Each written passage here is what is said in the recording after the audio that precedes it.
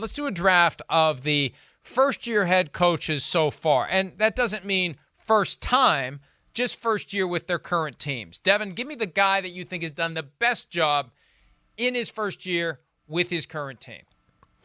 I mean, it can't go against this. It's Dan Quinn. Dan Quinn has taken the Commanders. They have a chance to win this division. Nobody expected that. So, to me, it's a no-brainer. Dan Quinn's the number one overall pick, first pick in the draft. It has to be Dan Quinn. And I don't want to do this just based on records. I expected Jim Harbaugh to have a bigger impact on the Chargers than he's had.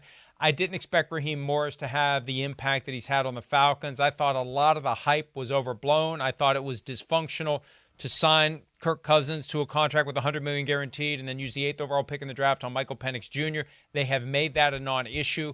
Cousins has gotten better.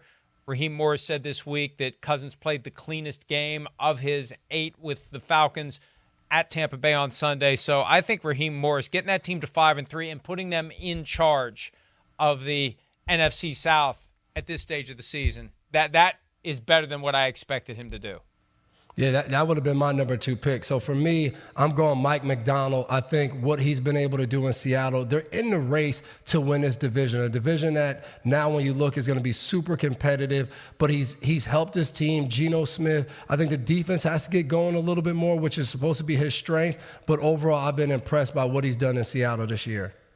Well, and I'll go Harbaugh here because they have a winning record, and the Chargers have been just that low-key. They've been the best dysfunctional team in recent years because they're on the fringe of the contention, but there's always something that drags them down. Now, those 4 are easy. You know, for the next 4 first-year coaches, I mean, I feel like we should we'll do them after the break, if I even do them after the break, because I don't think any of them qualify to be on this board. It undermines the others. You're wrong. You're wrong. I got one. We'll have that discussion next on PFT Live. All right, if I had it my way, we would pull the plug on the draft right here. These are the 4 coaches first year with their current teams who deserve to be mentioned. There are 4 left, but Devin says he's got one. Let's see, Devin, make your case for one of the guys from a team that has 2 wins or fewer to get on the board. It's the guy who had the hardest job coming in. It's Gerard Mayo. You're filling in for a team that only had 3 wins, but it was 3 wins led by the greatest coach to ever coach football. And now all of a sudden you're supposed to go and win and have 5, 6, 7 wins when the greatest coach of all time only had 3 wins the year before you. They're at 2 wins. He called his team soft. We all ripped him for it, calling his team soft. His team responded and beat the Jets the next week. They have the Titans coming up. Then they get the Bears coming up, who will probably be like, hey, we're playing against the Patriots. So they might sneak away and have 4 or 5 wins this season. Gerard Mayo coming in 3rd.